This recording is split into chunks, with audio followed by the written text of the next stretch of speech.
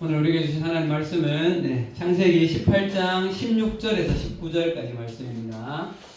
창세기 18장 16절로 19절까지 말씀, 오늘로 여기까지 말씀을 이제 마지막으로 봅니다. 창세기 18장 16절로 19절입니다. 자, 제가 16절 읽도록 하겠습니다. 그 사람이 거기서 일어나서 소돔으로 향하고 아브라함과 그들을 전송하러 함께 나가니라. 여호와께서 이르시되 내가 하는 것을 아브라함에게 숨기겠느냐. 아브라함은 강대한 나라가 되고 천하 만민은 그로 말미암아 복을 받게 될 것이 아니냐. 내가 그로 그 자식과 문속에게 명하여 여호와의 도를 지켜 의와 공도를 행하게 하려고 그를 택하였나니 이는 나 여호와가 아브라함에게 대하여 말한 일을 이루려 함이니라. 아멘. 반갑습니다, 여러분. 잘 지내십니까? 조금 오늘 사랑이 적다, 그죠? 지금 중간고사 기간이죠? 다들 아마 힘들게 열심히 공부하고 있죠? 자, 우리 앞뒤 좌우로 인사 한번 합시다. 반갑습니다. 반갑습니다. 잘 오셨습니다. 지난주에 우리 새 친구 소청주에 이어서 오늘도 우리 귀한 새로운 우리 지체가 우리 예배에 왔습니다. 우리 예진자매 나중에 소개하도록 하고 일단 박수로 환영합시다. 잘하셨어요. 지난주에 왔던 지체들도 계속해서 우리 예배의 자리에 함께 할 수 있도록 같이 좀 기도해 주시고 마음 모아주시면 좋겠습니다. 자, 우리 다시 창세기 18장으로 돌아왔습니다. 이 중간에 막 쉬는 때도 있었고 또 다른 예배에 참여한 적도 있고 이래서 창세기 18장을 잠시 한번 돌아봐야 됩니다, 여러분. 성경에 18장 1절부터 다시 한번 조금 잠깐 봅시다, 여러분. 창세기 18장에서 하나님께서 어떤 모양을 입고 찾아오셨죠? 사람의 모양을 입고 찾아오셨죠, 그죠? 그리고 두 천사와 함께 아브라함에게 나타났는데 아브라함이 이 하나님을 사람의 모양을 입고 오신 하나님을 극진히 대접하죠. 근데 그렇게 사람의 모양을 입고 오신 하나님께서 단 한 가지 의미 있는 말씀을 하시는데 그 말씀이 바로 뭔가 하면 내년 이맘때에 누구를 낳을 것이다. 이삭을 낳을 것이다. 아마 아들 이삭에 대한 믿음이 흔들리고 있을 때 이 말로 말미암아 아브라함과 사라는 다시금 믿음을 견고하게 세울 수 있었을 것 같아요. 자, 그리고 소돔을 향해서 떠나시면서 아브라함에게 내가 하려는 것을 아브라함에게 숨기겠느냐.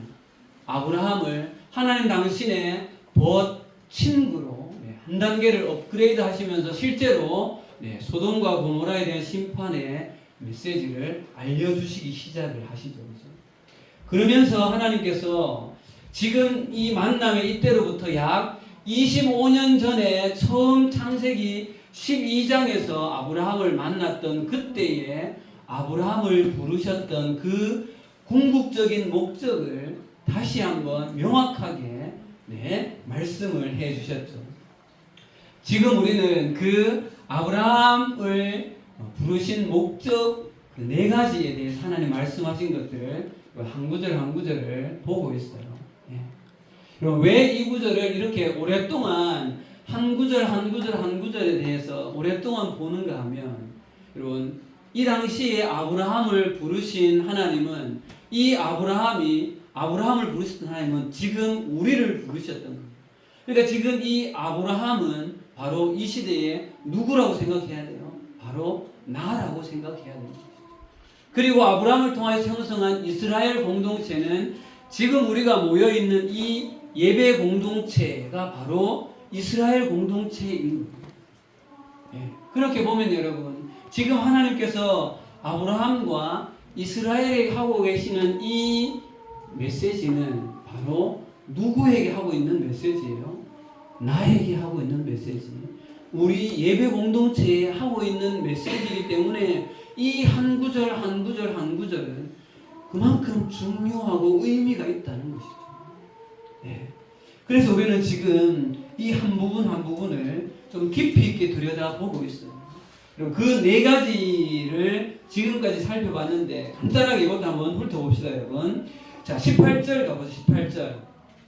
18절에 보면 아브라함을 통해서 나중에 이스라엘을 어떤 나라가 되게 하겠다 하셨어요? 강대한 나라가 되게 하셨다. 그럼 왜 그럴까요? 무력이 센 나라가 아니라 거룩함으로 강대한 나라가 되게 합니다. 세상 가운데 거룩의 모델 하우스를 만드시겠다는 것이죠. 네.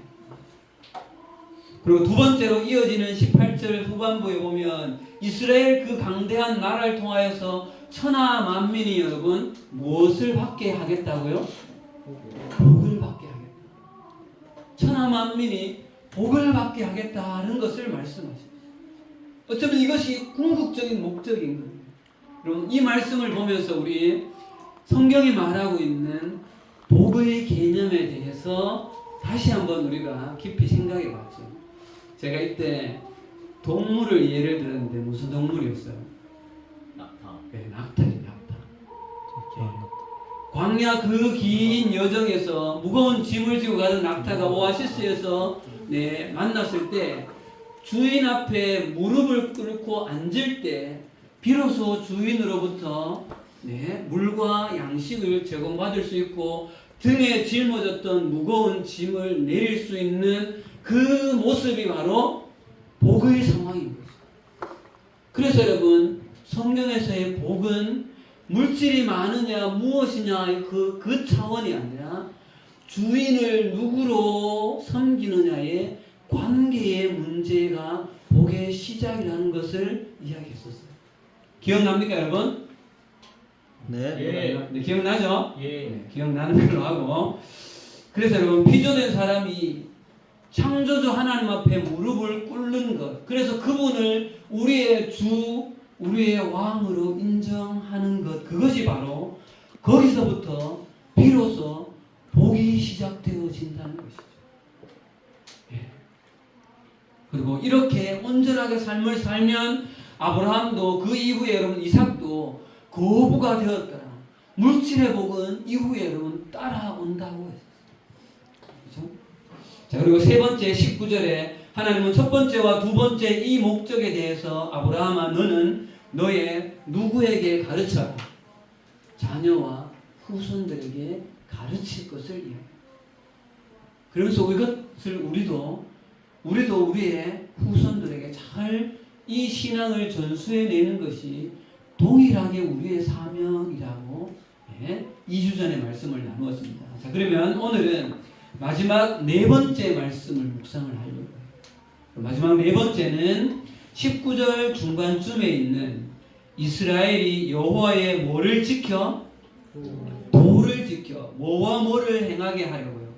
의와 공도를 행하게 하려고.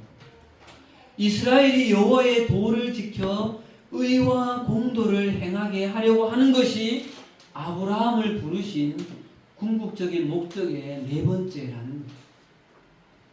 자 여러분 지금 우리는 하나님께서 아브라함을 부르신 목적에 대해서 생각해 보고 있는데 그 목적이 한번 따라할까요 여러분? 아브라함 언약의 핵심이다. 네, 아브라함 언약의 핵심이 이 네 가지의 목적이. 그래서 여러분 오늘 본문 19절 끝에 가보세요. 하나님 뭐라고 말씀하세요? 맨 끝에 보면 나 여호와가 아브라함에게 대하여 말한 일을 뭐 하려고? 이루려 합니다. 아브라함에게 한 그 약속을 내가 이루려 함이라 이렇게 이야기하죠. 자 여러분 아브라함 언약의 핵심은 한마디로 말하면 아브라함 한 사람을 통해 이스라엘 민족을 세우고 이스라엘 민족을 통해서 세상 모든 민족에게 하나님의 복이 흘러 들어가게 하는 것. 이것이 아브라함 언약의 핵심입니다. 여러분 이것을 분명하게 기억을 하시면 좋겠어요. 아브라함을 택해서 이스라엘을 세우고 이스라엘을 통해서 세상에 복이 흘러 들어가게 하는 것. 그리고 아까 복이 무엇이라고 했어요? 하나님을 뭐로 인정하는 것? 하나님을 주와 그리스도로 주로 인정하는 것이 복의 시작이라고 했어요. 세상 모든 민족이 하나님을 온전히 알게 하는 것으로 이 이스라엘을 사용하는 것이 아브라함 언약의 궁극적인 핵심 목적이랍니다. 자 그러면 여러분 여기서 제가 이런 질문을 한번 해볼게요. 이 질문이 오늘 설교 말씀 전체를 꿰뚫는 중요한 질문이에요. 무슨 질문인가 하면 하나님의 복이 그렇다면 구체적으로 실제적으로 어떻게 세상에 흘러가냐고. 어떻게? 이스라엘 통해서 세상에 하나님의 복이 흘러가게 하시겠다고 하셨는데 그럼 구체적으로 하나님의 그 복이 어떻게 흘러가게 하냐는 것이죠. 예. 여러분 이것이 오늘 우리가 집중해서 보고자 하는 19절이 바로 그 해답이라는 거예요. 19절이 뭐예요, 여러분? 여호와의 도를 지켜 의와 공도를 행하게 하는 것, 그것이 여러분 세상에 복이 흘러가게 하는 구체적인 하나님의 방법이라는 거예요.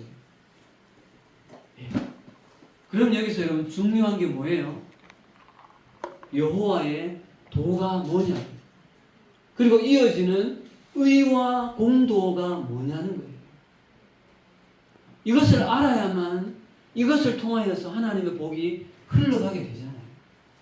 마찬가지입니다, 여러분. 지금 이 시대에도 우리를 통해서도 여호와의 도를 우리가 지키고 하나님의 그 의와 공도를 우리가 행하는 것이 우리를 통하여서 세상에 복이 흘러가게 하는 그것이라는 거예요. 그 여호와의 도가 뭐냐고. 의는 무엇이고 공도는 뭐냐는 거예요. 중요하다, 안 중요하다? 중요하다. 네, 1학년한테 제가 주로 쓰는 말이에요. 이거 중요하다, 안 중요하다. 형광펜 꺼내라, 밑줄 쳐라. 네. 자, 여러분 하나님께서 허락하시는 복은요, 하늘에서 로또처럼 떨어뜨려 주시지 않아요. 하나님의 복. 그리고 하나님의 복은 거룩을 행하는, 오늘 이 말씀을 보면 여호와의 도와 의와 공도를 행하는 사람들의 뒷모습을 통하여서 세상에 흘러가게 하신다는 거예요. 자, 그래서 오늘 말씀의 앞부분은 여러분 여호와의 도가 뭐냐, 의와 공도가 무엇이냐. 여러분 이따가 구약 성경을 여러 곳을 오늘 찾아볼 텐데 구약 전체가 말하고 있는 것에 어쩌면 여러분 핵심은 의와 공도를 이스라엘아 행하라는 거예요.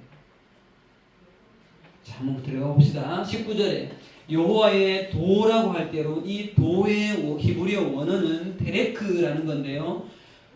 굉장히 쉬운 낱말이에요. 길이에요. 길. 한자로도 뭐가 있어요? 길도잖아요. 길이에요. 길. 그런데 여러분 이 길이 그냥 내가 한 번 지나다닌다고 그게 길이 됩니까? 아니죠. 여러분 길이 되려면 어떻게 해야 돼요? 내 한 사람이 아니라 수없이 많은 사람들이 오랜 시간 다니다 보면 거기가 뭐가 되어지는 거예요? 길이 나는 거잖아요. 그죠? 학교에도 왜 막 이렇게 뒷담에 이상한 그 길이 아닌데 거기를 계속 애들이 타는 거 다니면 거기가 뭐가 되어버려요? 하나의 막 길처럼 되어버리잖아요. 한 번, 두 번이 아니에요. 여러 오랜 시간 동안 지속적으로 여러 사람들이 걸어 다니면 길이 되어지는 거예요. 그래서 여러분 이 도라는 이 데레크라는 말이 나중에는 여러분 어떤 의미로 확장되어지는가 하면 인류가 인생의 길을 여러 했던 오랜 동안 살아오면서 형성한 삶의 방식, 삶의 방향, 행동 양식이라는 말로 이 데레크라는 말이 확장되어져서 쓰였다는 거예요. 예. 그러면 여러분 여기서 이 여호와의 도라고 할 때 이 도가 하나님께서 행차하시는 길을 말할까요? 그것이 아니라는 거죠. 그럼 여기서 말하는 여러분 여호와의 도는 뭘까요? 창세기에서 말하는 이 여호와의 도는 여러분 하나님께서 태초에 사람을 하나님의 뭐와 뭐를 따라서 형상과 모양을 따라서 사람을 창조하게 하신 이후에 그 사람이 이 땅 가운데서 행하게 하는 그 삶의 양식, 아담아 하와야 그리고 너희 후손들아 너희는 이 땅에서 이렇게 살아야 한다라고 하나님께서 뜻하여 주신 그 삶의 양식이 바로 여호와의 도라는 거죠. 그러면 여러분, 이 하나님께서 행하여 주신 창세기 1장에 여호와의 그 도가 드러난 대표적인 구절이 여러분 뭘까요? 너희들은 아담아 너희들은 이렇게 살아야 한다, 세상을 향하여서.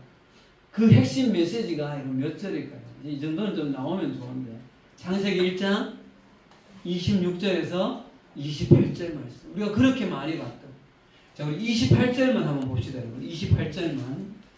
이 정도는 이제 여러분 거의 좀 외워보시면 좋겠어요. 이걸 우리 문화명령이라고 하는데, 28절 읽읍시다. 시작. 하나님이 그들에게 복을 주시며 하나님이 그들에게 이르시되 생육하고 번성하여 땅에 충만하라. 땅을 정복하라. 바다의 물고기와 하늘의 새와 땅에 움직이는 모든 생물을 다스리라 하시니라. 여러분, 이것이 하나님께서 사람에게 허락하신 여호와의 도라는 거예요.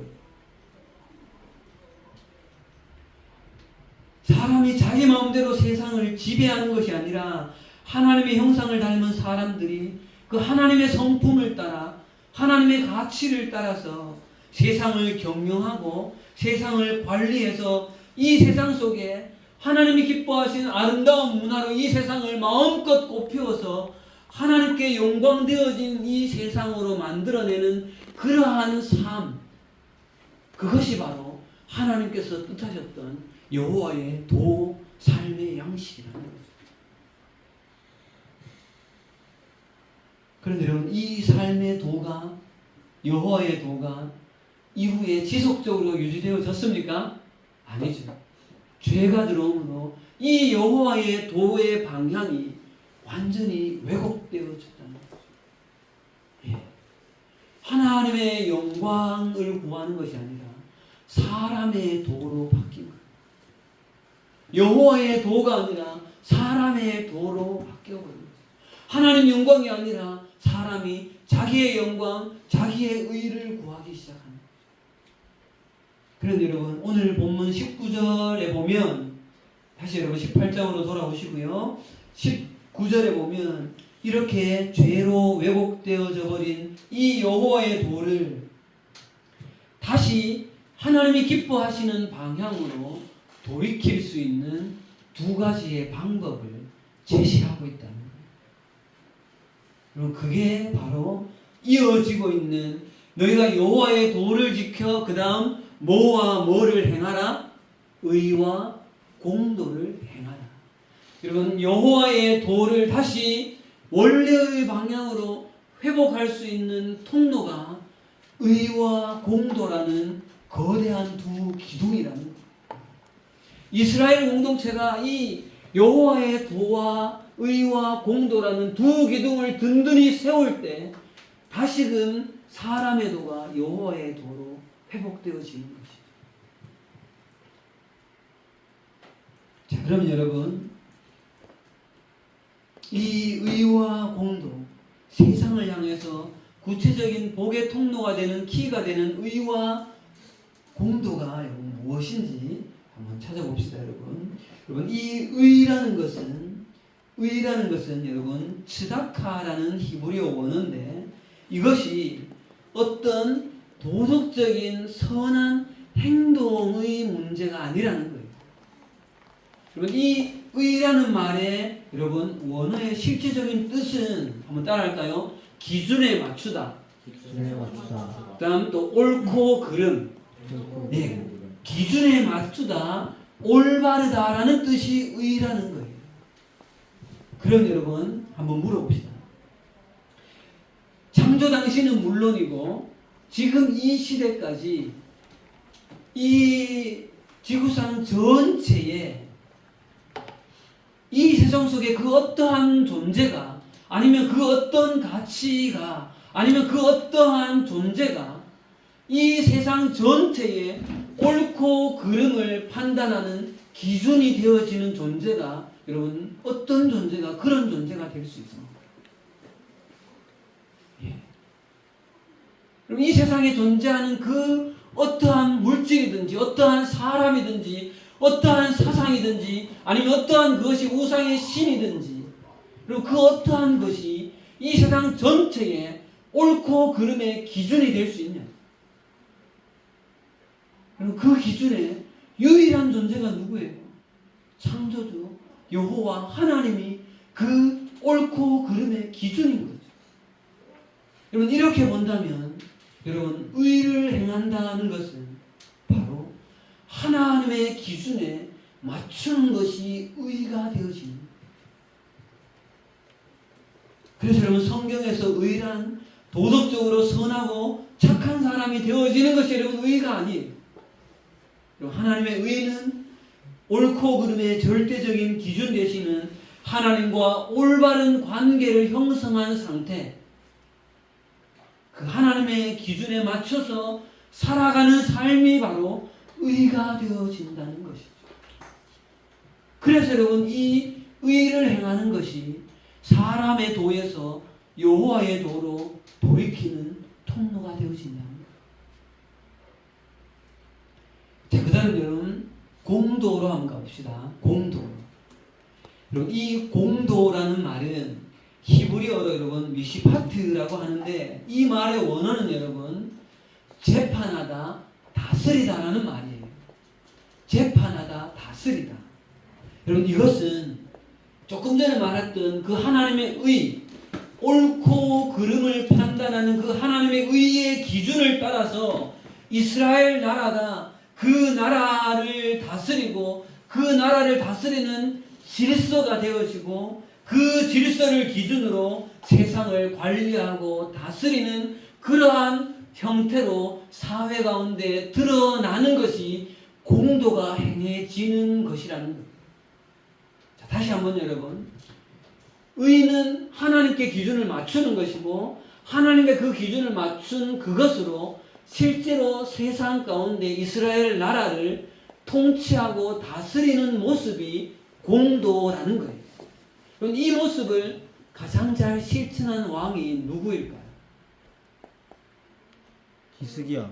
히스기야, 또 솔로몬, 또 다윗, 또 예수님. 제가 구약에 이스라엘 왕이라고 했잖아요. 네, 다윗 왕이에요. 다윗 왕. 자, 성경 한번 찾아봅시다. 지금부터 이제 성경을 여러 번 찾아야 됩니다. 사무엘하 8장 15절이에요. 사무엘하 8장 15절 말씀입니다.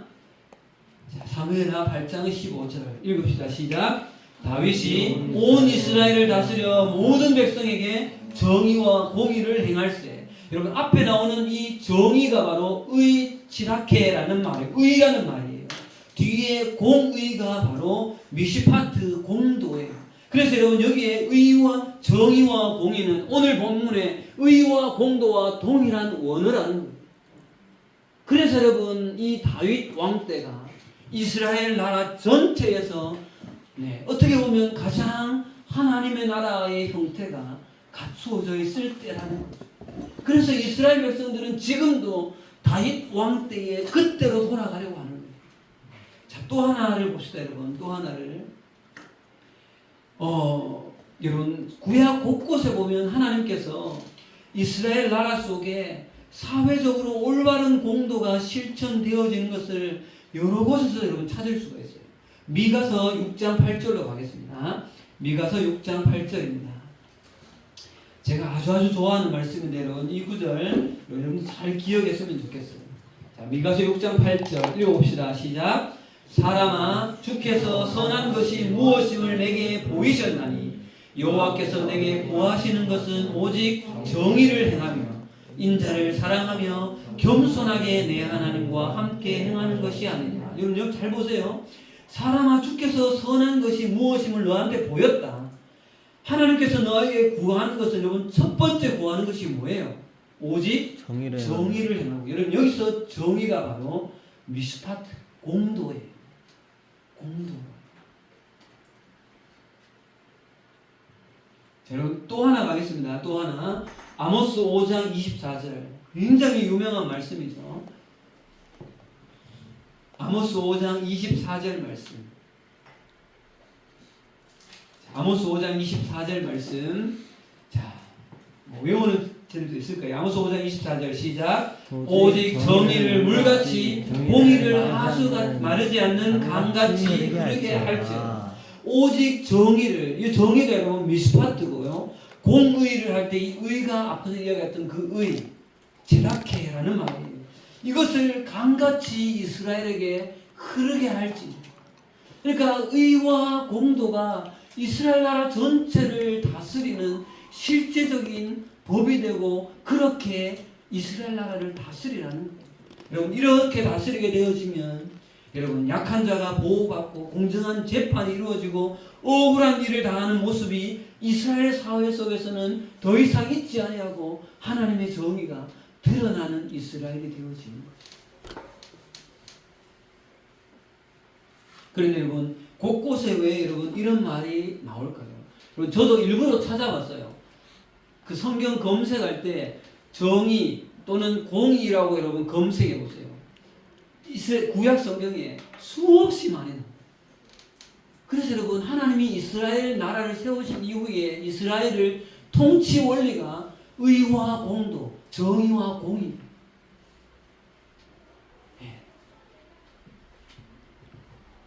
공도는 여러분 사회적으로 실제로 사회적인 의, 정의가 이루어져 있는 그런 모습입니다.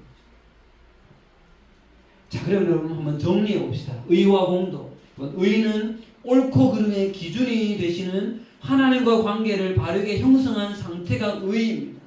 자, 이 올바른 관계를 형성한 이 의를 가지고 공도를 세상 가운데 행해야 돼요. 세상 가운데에 그 하나님의 의의 기준으로 세상을 관리하고 실제로 다스려서 이스라엘 사회가 정의가 공의가 강물처럼 흐르게 하는 그러한 나라가 되게 하는 것이 바로 오늘 이 창세기 18장 19절에 이스라엘이 의와 공도를 행할 것이 아니냐라고 하시는 말씀입니다. 자, 여러분 좀 이해되십니까? 네. 자, 그러면 여러분 우리가 아까 처음으로 가졌던 던졌던 질문으로 여러분 돌아와 보겠습니다. 여호와의 도를 지켜 의와 공도를 행하는 것이 어떻게 실제적으로 세상의 복으로 여러분 흘러가는가? 이걸 확인해야겠죠. 자, 봅시다 여러분. 만약에 저를 보세요. 실제로 이스라엘이 이후에 출애굽해서 가나안을 정복해서 이스라엘 나라를 만들었어요. 우리는 이미 알고 있죠. 이스라엘은 개판을 쳤어요. 사실 맞죠? 그러나 그렇지 않고 실제로 공의와 정의가 이루어진 그러한 나라를 이스라엘이 만들어냈다면 그 주변에 있는 다른 모압, 암몬, 주변에 있는 블레셋, 이스라엘 모든 주변에 있는 이방 나라들이 여러분 그 모습을 보면서 어떠한 반응을 보였을까? 뭐 저 나라는 저 나라, 우리나라 뭐 알 것 없다, 뭐 그냥 땡 이럴까요? 그게 아니라. 모르긴 몰라도 여러분 이스라엘이 하나님의 의와 공도가 흐르는 이런 하나님 나라가 되어졌다면 아마 주변 여러 다른 민족과 나라들은 적지 않게 여러분 놀랐을 거예요. 여러분 당시 생각해 보세요. 당시는 세상을 지배하는 궁극적인 원리가 뭐예요? 뭐를 가지고? 힘을 가지고 폭력으로 세상을 다스리고 지배하는 것이 세상이 흘러가는 가치였다는 거예요. 그러나 이스라엘 백성들은 하나님의 복을 주셔서 힘을 가졌으나 세상을 정복하지 않는 거예요.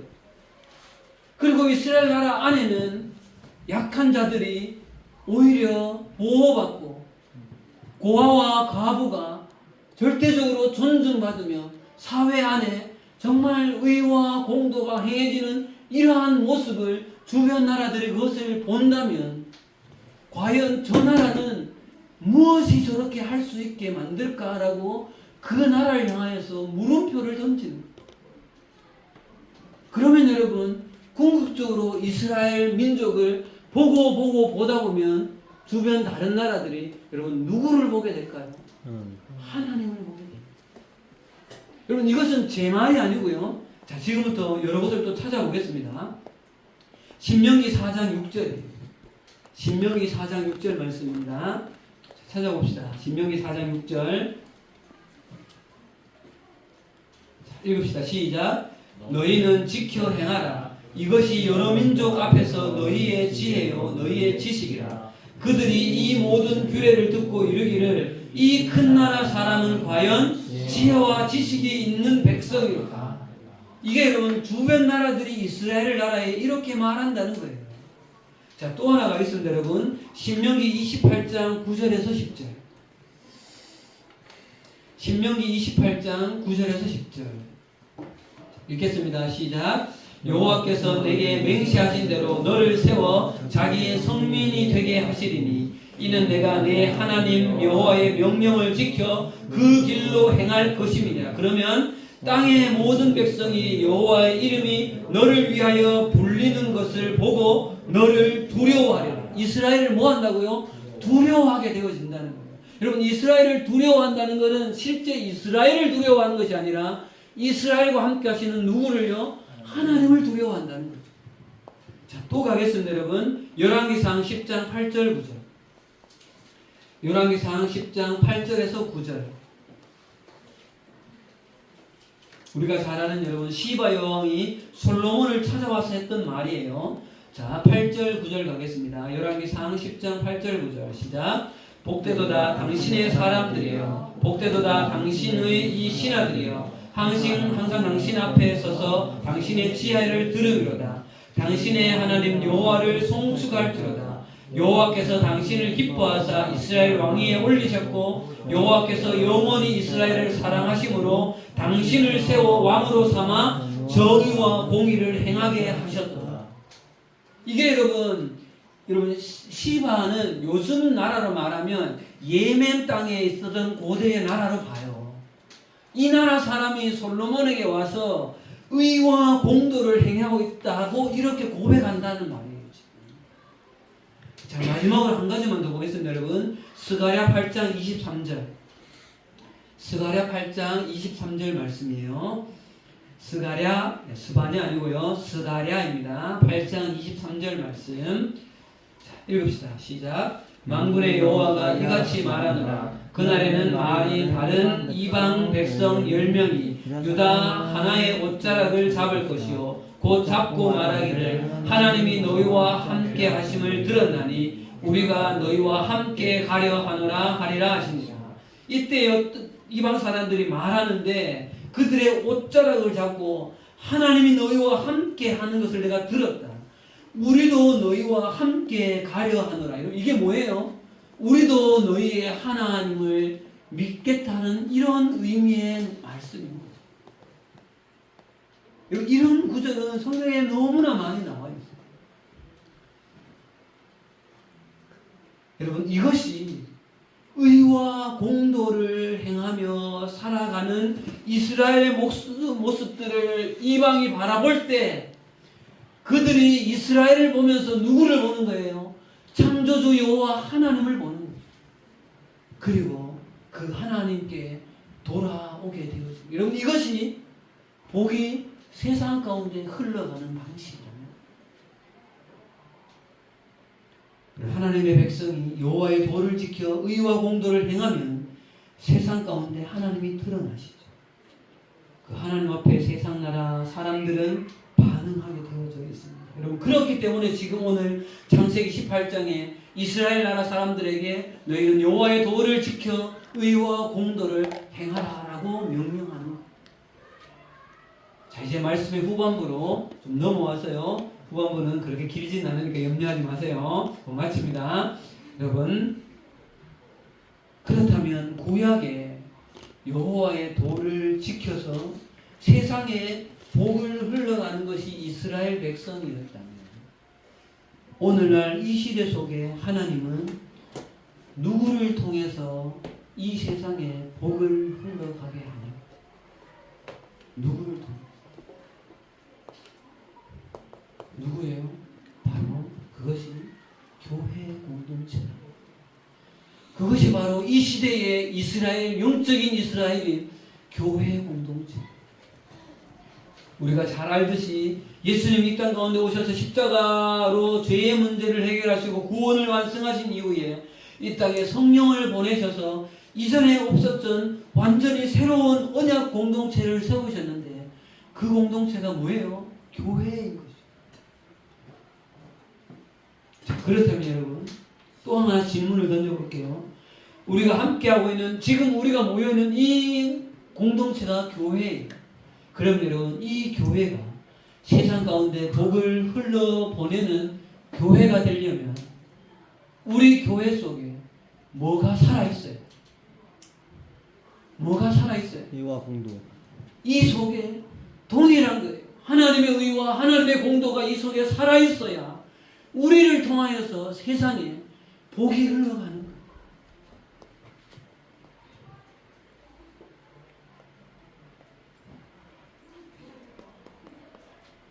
여러분 세상 사람들이 교회를 통해 여러분 무엇을 보고 싶어 할까요?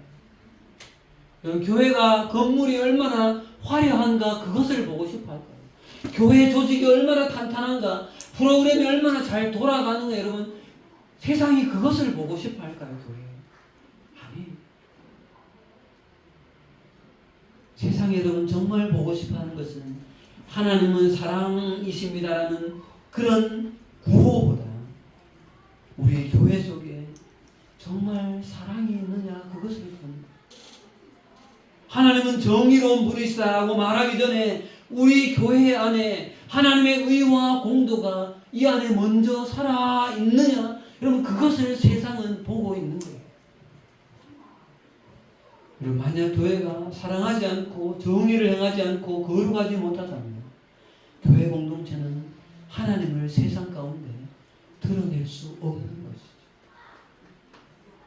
그러면 세상은 교회를 통해 하나님을 보지 못하고 복을 경험할 수 없게 되죠.